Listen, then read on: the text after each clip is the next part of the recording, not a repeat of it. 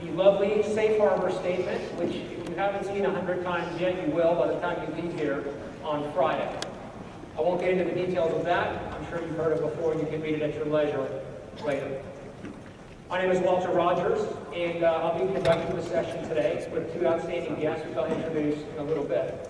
Before we start, we're going to talk a little bit about change and the importance of change today, and why change is so important when you want to build a world-class sales culture.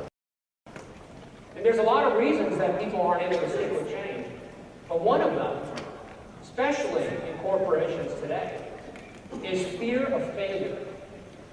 What if this doesn't work? What will happen? Is failure always bad? Is it bad? It's a learning tool, exactly. In fact, let me refer you to this quote. Failure isn't fatal, but failure to change sure can be. In fact, many of you are in industries that must change. Your company has to change to survive. And unfortunately, us humans, typically, there's only two things that can make us change. Pain, the avoidance of pain, that is, or pleasure. That's it. And we're all faced now with an economy that's creating a lot of change for all of us. And we have to outpace that rate of change. We actually have to be able to change faster than the market is changing in order to stay in front of it. We have to be able to innovate more. And this isn't my quote. Does anybody know who John Wooden is? A lot of people do, right? Let's talk about John for a minute. He's one of the most famous coaches ever. 10 NCAA titles, 7 of them consecutive. Most consecutive wins, 88. 8 perfect pack 8 conferences. I'd say this guy knows a little bit about winning. And how did he do it? How did he do it? He had a pyramid of success. That's what he called it. He had all the key ingredients outlined. And he would use these ingredients with his team every day, every season. And how he used those ingredients created the opportunity for them to change and get better and get better and get better and get better. So fear based on failure, you shouldn't have that, right? Failing can be good. That's how you'll learn the most. And all of us are embarking on a transformational journey that's probably going to go on for many, many years.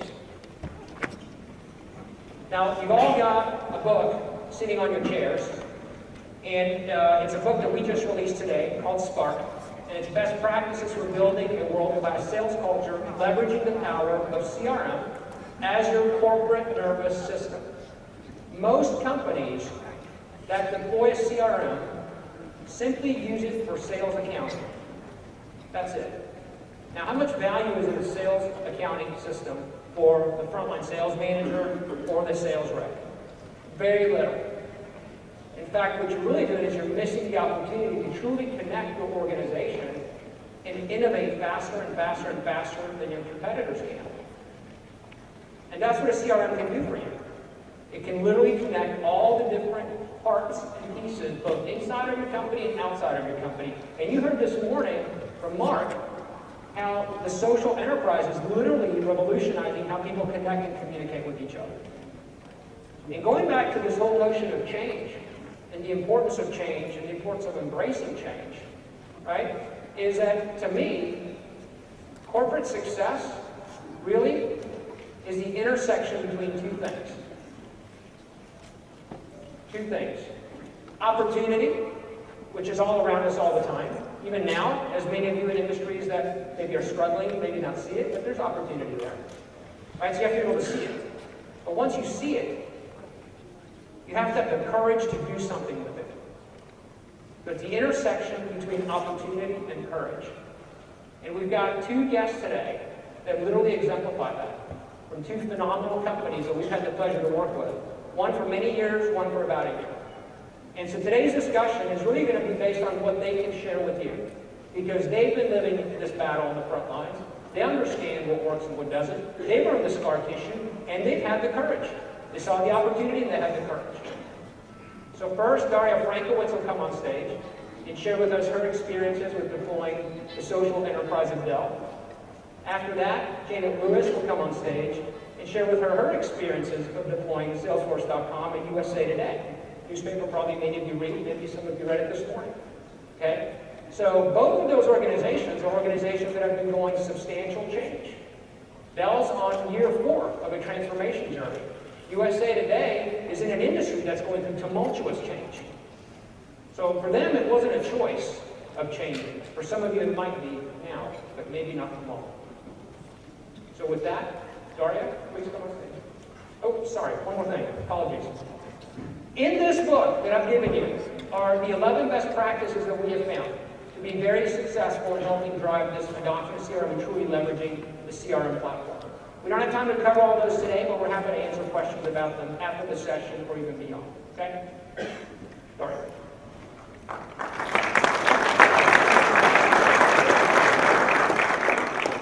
Thanks, Walter. And you're right. We didn't really have a choice on change, but we certainly did have an opportunity for change. And so my role at Dell has been focused for the past 4 years on CRM sales enablement.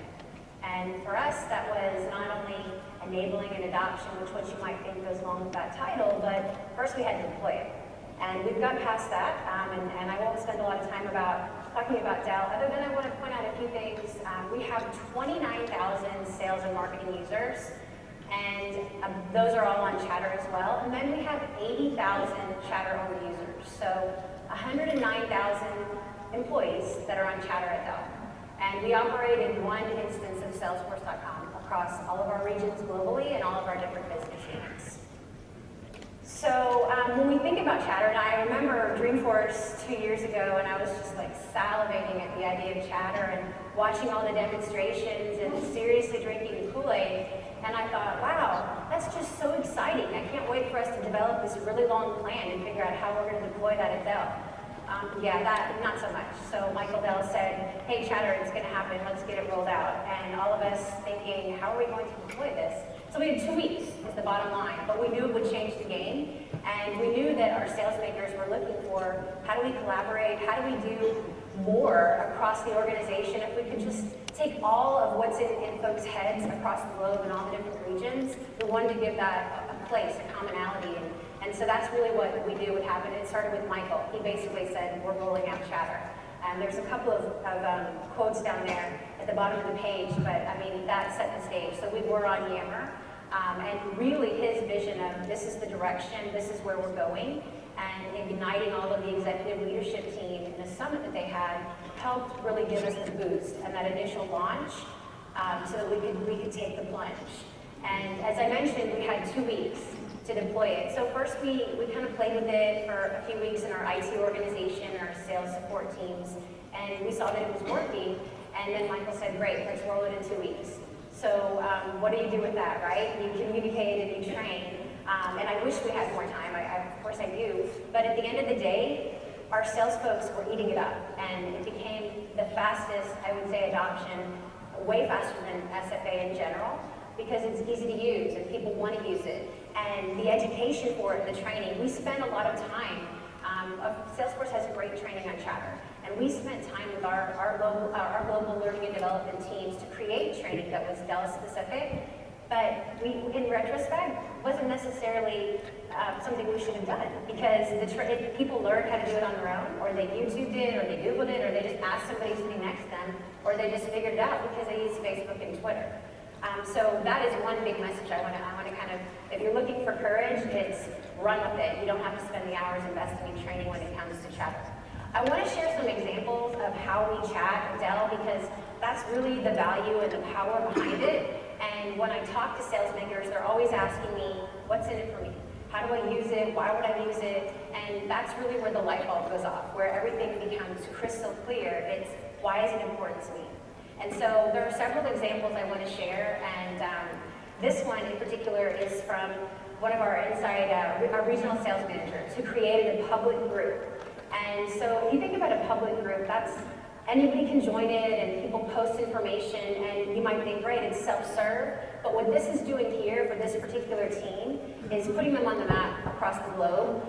It's kind of educating and communicating what they bring to the table so other teams can come in and help them, and it's giving them a voice within their internally within their team.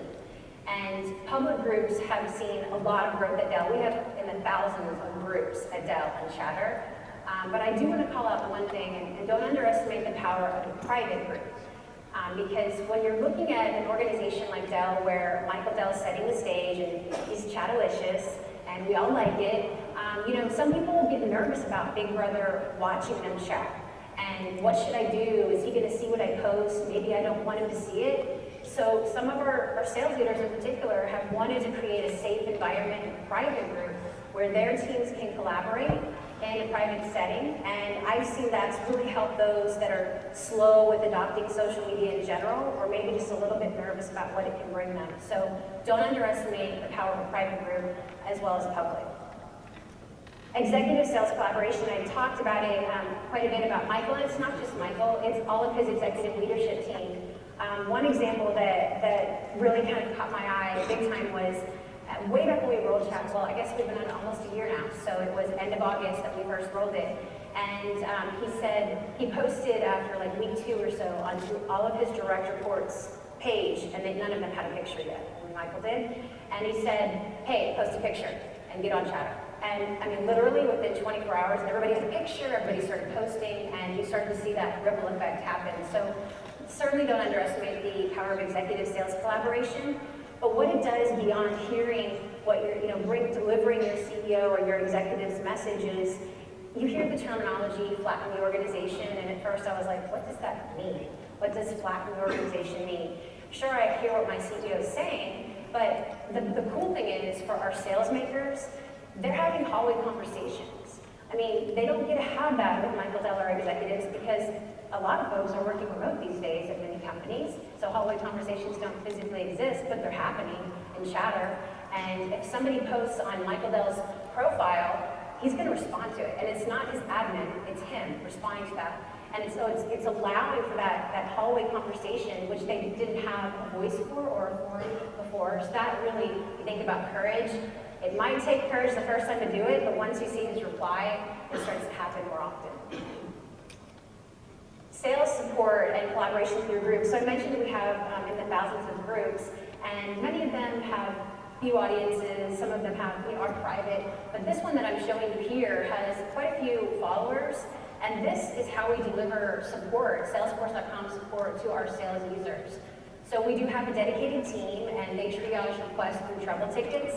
Who here wants to submit a trouble ticket, first of all, and go through the painstaking process of the clicks, and then wait for them to respond? I mean, I know it's faster and better, and technology helps, but it's still a trouble ticket. And when you can post in a Chatter group and get a response, not just from a support person, but even from my colleague, my sales colleague, who knows how to do it, who knows more about my role and my question than the support guy, that really has turned a lot of heads and has allowed for collaboration to grow through groups as well. So this is one of our big groups, and there are many that have popped up that follow this same strategy that have really benefited our sales organizations. Okay, so when all else fails, I like to throw questions out on Chatter. I do it quite often, and working with Walter and a couple of other Salesforce colleagues on presentations for Dreamforce, I thought, well, I'm going to ask everybody what they like about Chatter and see what they have to say. And this, of course, it resonated and reinforced the themes that I've talked about here, but what I really liked was seeing the different perspective of answers. There was one guy on here that said he's just started to use it today, and he's so excited about it. So no matter where you are in an evolution of adoption of social media, you're going to have people that are just joining and that are excited about it, and the community is going to lift them up and help them kind of spread the word. So, I mean, you'll see on this particular page, there's somebody talking about how it's a great tool and about how they solve some problems by using it. At the end of the day, there's so many ways to use it, but the community is going to crowdsource and give positive answers, which is one thing that people have asked me, oh, haven't you ever seen like a negative answer, or what do you do to really navigate Chatter and kind of enforce it? And we rolled out ChatterKit. We definitely provided guidelines and rules, and that went back to our ethics and our code at Dell, but we have not seen a lot of people really abusing that or going about it in a negative way. And that's just the power of the community, and you kind of see that exemplified here, but in every day that we use Chatter. And I think actually that was the end of my time here, so unfortunately I talked a little bit fast. Walter's kind of smiling if he knows that, but I want to introduce Janet, who is with USA Today. I believe there's some, at the end, some questions for us.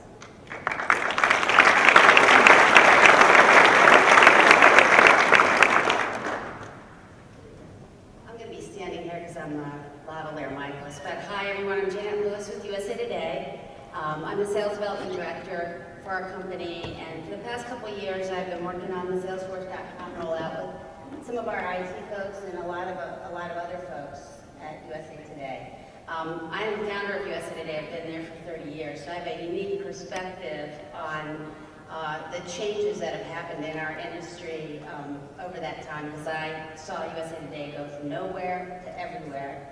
And so that is from that perspective I'm going to talk today.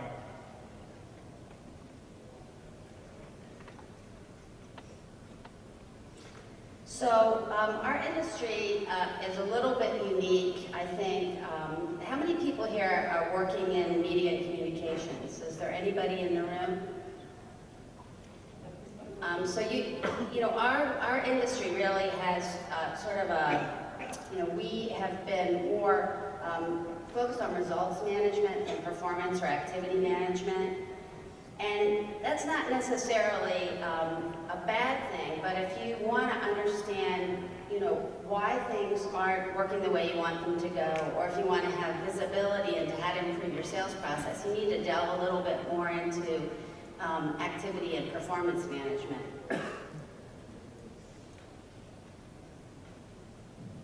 So a little bit about USA Today.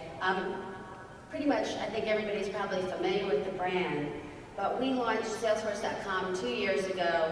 We are a much smaller organization of Salesforce users than Dell. We have about 190 users today. What's unique about us is our selling process. We have some pretty complex shared account responsibilities, and I'll talk a little bit more about that later, but that sort of influences why collaboration is so critical for us. And I'm hoping today to share with you more about how we're using social collaboration to improve our sales process. So collaboration is critical for us. I talked about that. We have some complex sales roles. We have some intermediaries that are known as advertising agencies, and we have different people selling different products. We have traditional media sellers. We have digital media sellers that call on agencies that specialize, in those kinds of roles. And then there's the clients, and all those people have an influence on the sales decision. We have different groups within our company that are focused on doing product and sales development. And all of these roles really have made us re-examine and realign our sales and marketing relationships.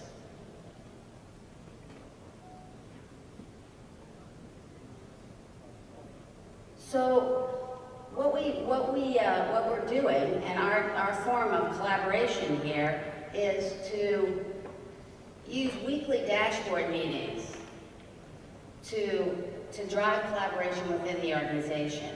Those meetings, we review key performance indicators. Our sales leaders get the chance to share best practices. People in the room get the chance to share best practices, and that's been very successful in driving collaboration. Our groups include both our brand team sellers and our digital sellers.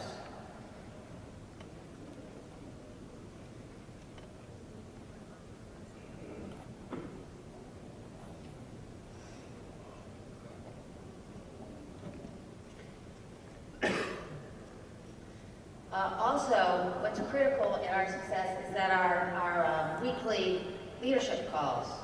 We have leaders across our company getting together to review the key performance indicators in the dashboard, and they also review the monthly exceptions report.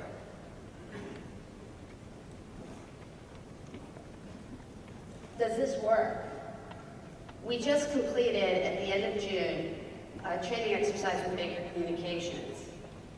At the end of that exercise, we generated $3.5 million in incremental sales, and we also generated $13 million in pipeline that we have yet to close before the end of the year.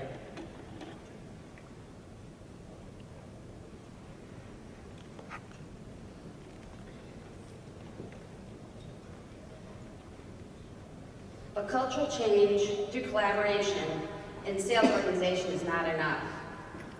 We needed a platform for holding those conversations with and within sales and marketing. Is the interaction with sales and marketing in your organizations in perfect alignment? Does anybody want to share some best practices about that? Client solutions in our organization is not revenue generation marketing. They don't provide leads for our sellers. What they basically do is they build custom client solution and specific media packages and sponsorship programs based on USA Today's signature editorial features. Our first goal in working on sales and marketing and integration was to establish a business process for sales and marketing collaboration to help build compelling programs for our clients. This example here is JCPenney. And JCPenney worked with our sales folks and our marketers to develop a custom program that they ran in USA Today. So Salesforce.com is a platform that we use to get visibility on the progress of these marketing packages and also to provide a feedback loop to the marketers. We do that with an automated marketing request form.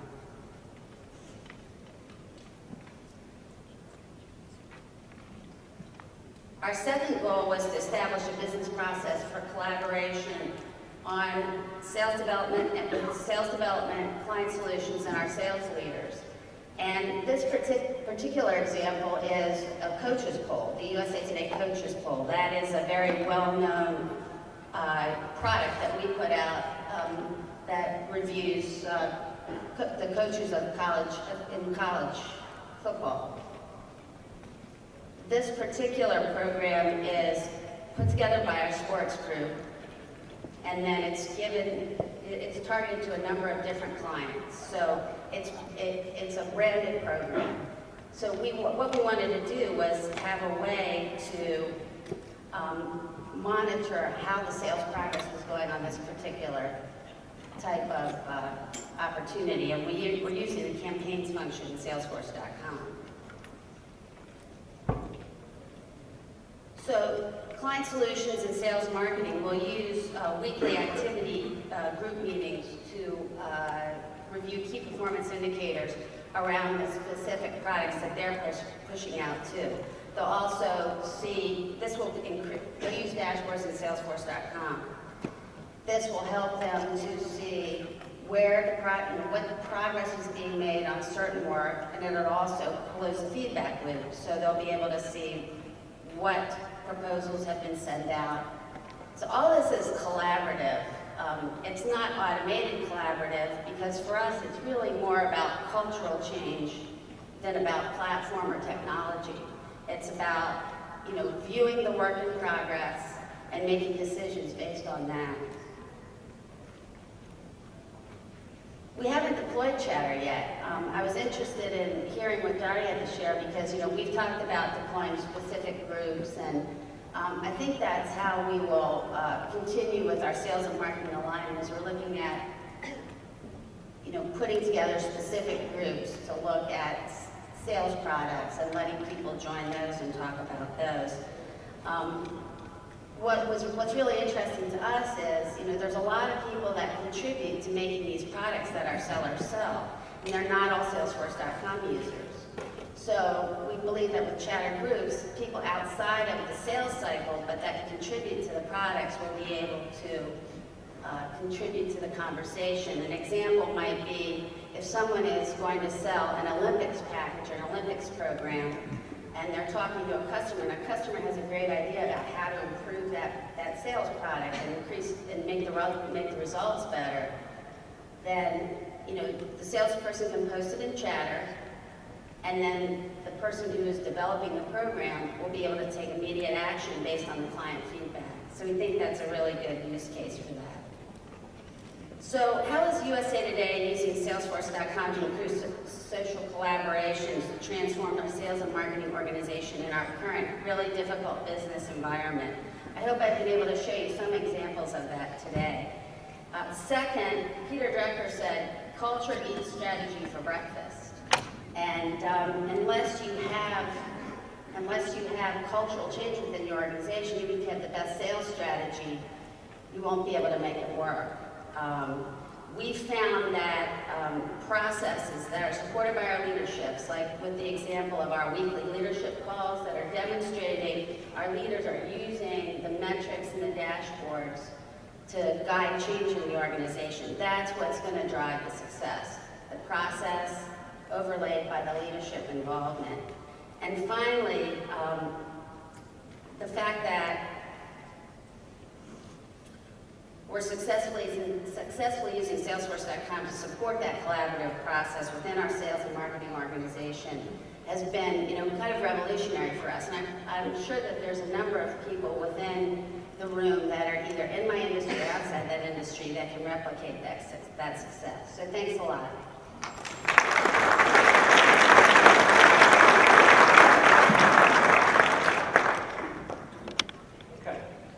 All right, so you just heard from two very different types of companies, right?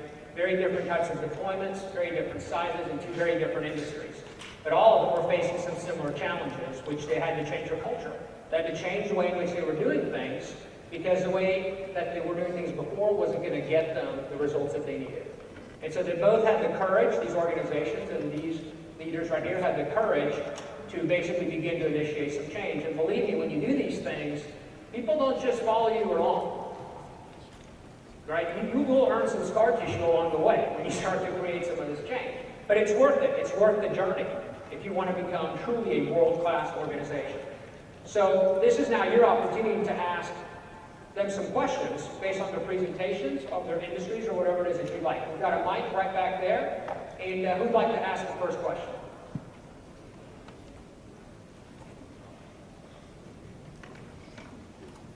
Please.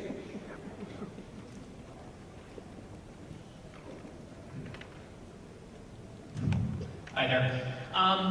My question surrounds, going live with chatter in an organization. One of the things that's kind of in the back of my mind about it is that it's just an addition to the volume of communication that an end user gets in the given day. So the hesitation in my mind is that I get 150 emails a day. Now I have to go to Chatter and take a look at that. So that's the first part of the question. And then the second part of the question is, if you do adopt Chatter, what do you keep as email communication, and then what do you keep as Chatter communication? So I'll take that one, since I really and there's not a hard and fast answer to what you're asking. The direction I will give you is that Chatter, as you start to use it, your email will reduce. So we've seen reduction in email upwards of 30%, and when there's private messaging, that's going to double like that for email reduction. And the reason why is it's fast. You can share files. Multiple people can respond. I don't have to wait for you to respond to me if I'm sending it out to my team. You can just pop, see responses fast within a group.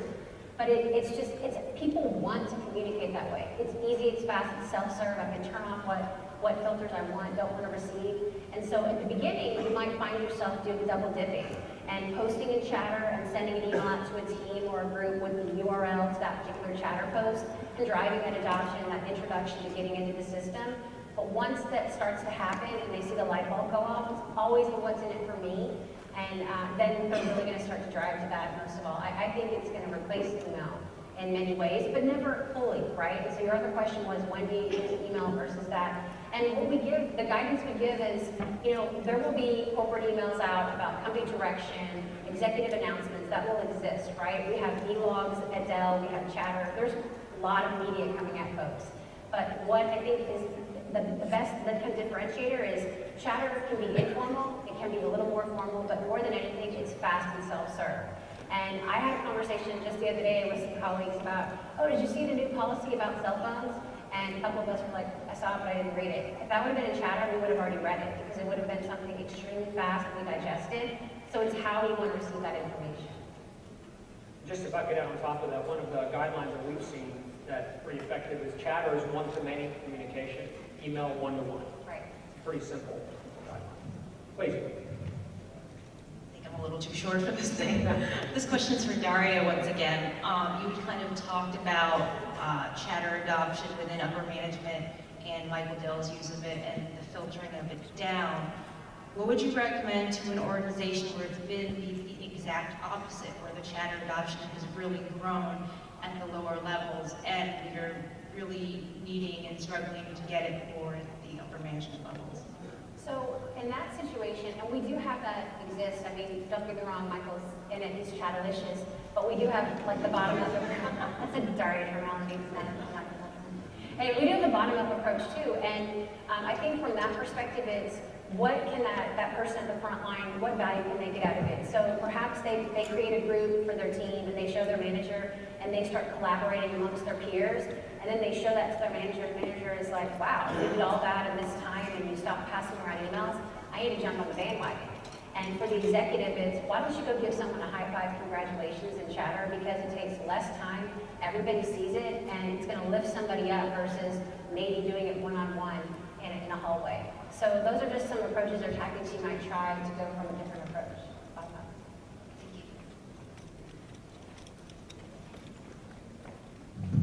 Thanks. Your best practice number 10 in this book is include non-sales facing functions. I've got a small organization and my salespeople talk frequently to and have a lot of interface with our accounting team to serve our customers. So, but our accounting system is like not on Salesforce at all, and I haven't heard anybody talk about the accounting function, so I'm not sure if anybody has any experience with sort of integrating any accounting function so that everybody can be in chatter and on Salesforce and all that. So I think you understand my question, right? Yeah, let me address that and then I'll see if you guys want to jump on. So integrating Salesforce.com with your financial system is one of the single most important things that you can do. It literally is. If you want to truly get a 360-degree view of your customers' purchasing patterns in one place, where your sales organization can see what they're buying, when they're buying, have they paid on time, are there any escalation issues associated with the financials, the financial side of the transaction. You don't want them toggling between systems, right? The second thing is if you're concerned about adoption, and the only way in which your sales organization can get paid their commissions is for the information to flow from Salesforce into the financials and back. That will get your adoption by default. But a lot of companies don't go down that journey, right? They don't embark that journey. They don't take that extra step of integrating with the financial system. It's a very important step. Daria, I don't know, and Janet, if you guys have any comments on integration with financials. I know Dell certainly has a product that helps with that. Yeah, I mean, we kind of do a limbo dance at Dell, and in a perfect world, we'd be totally integrated, but we're just not there yet. But to Walter's point, I mean, that's what drives sales folks, right? So show them the money to Jerry Maguire's to quote, and it'll be a lot easier to do anything else to add. I'd like to ask Janet a question, actually. So one of the best practices that we talk about in Spark is the importance of aligning and getting executive sponsorship with KPIs. And I will tell you that as we work with USA Today, we saw no better example of that best practice. What Lee Jones, the SVP of Sales, did in driving behavioral change, leveraging the information coming out of those dashboards was just phenomenal, but it didn't happen easily. So Janet, maybe you can share a little bit with the group about some of the speed bumps, and some of the behavioral changes that had to occur, and you finally overcame to get into a nice steady rhythm of collaboration with the executive team. I think again, it goes back to the results management versus the activity management. It's like we are used to having quotas, and that's it sort of doesn't matter what you're doing in between. If you make the number. And for many years it was easy for people to make their number. We have a lot of turmoil in our industry, and on top of that, everybody's having a lot of turmoil right now. So we're also changing. We wanted to integrate our sellers and start selling more cross-platform programs, and our marketing department acts like an ad agency to put all that together. So we needed the sellers to be able to do specific things, and we didn't have any baselines. So some of this would just be picked numbers out of the air, like how many sales calls do we want people to make a week? We have diverse geography, so sometimes that's challenging. So we started out with just a baseline it, and then we manage to it. But it's definitely evolving, and these weekly meetings, everybody doesn't love them, but it's really mission critical for us. And it's a form of collaboration because we're talking about things in groups that we really weren't talking about together in groups. It was like manager to salesperson or manager to manager. So we're learning from each other while we're doing that also. But definitely driven from the top down, and we still have leadership meetings, and there's one tomorrow at 4, so that's where I'll be. Excellent. Thank you, Janet. Any other questions before we wrap up? Oh, please. So this is freaking awesome. I'm just super stoked about this. We love that. This is awesome. So let's talk about collaboration inside an organization. You got 29,000 sales folks at Dell. How can those people collaborate with the clients through each other? So that's one of the biggest asks from our sales folks. And I was just eating up what Mark was saying this morning in keynote. So, collaborating with the customer, and that's coming. We can't wait for it because we have partners, right? And we use the TRM management system with Salesforce, but we need to reach our end customers. And it would just talk about an email save. I mean, I think that right there alone would truly reduce our sales makers' email volumes. So we're ready for that. Winter 12, let's go. I mean, we're ready for that next step. And of course, they'll have to get it right with our instance and test it and position it to our users. But we're definitely on that direction. That's where we're going next. Thank you, Daria. Any other questions?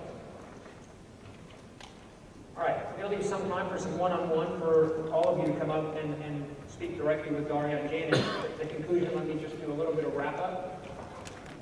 3 things that I'd like to cover. First of all, you just heard a lot about some best practices. You've heard how 2 excellent companies are going on the journey. You may wonder what you should do next. Okay? So we've got a diagnostic that you can complete. It's available online at bakercommunications.com/spark/test. It's also the last page of your book, so you don't have to have that memorized. Now, a lot of you probably have your own best practices that we haven't discussed. We're going to be publishing a second release of Spark in the winter or spring. In that second release, we're going to very specifically list a number of case studies and case examples from companies, some of which may be in this room, some of which in some of the other rooms. If you'd like to submit your company for a best practice, again, simply go to bakercommunications.com/spark/submit. And we'll be reviewing all those requests over the next few months as we gear that publication up. Okay? Finally, if any of you are into racing cars fast, I know a lot of the guys are, but I've also found a lot of women are into that. We have a new product that we've launched called Revenue Race School. And this combines the experience of racing a Formula 3 car on a track with best practices discussions from sales experts and leaders. And we're giving away some free seats to Revenue Race School. All you have to do is go by our booth at Baker Communications in the expo and register to win. So with that, I want to personally thank Janet and Daria. Thank you very much for sharing all this information with this group.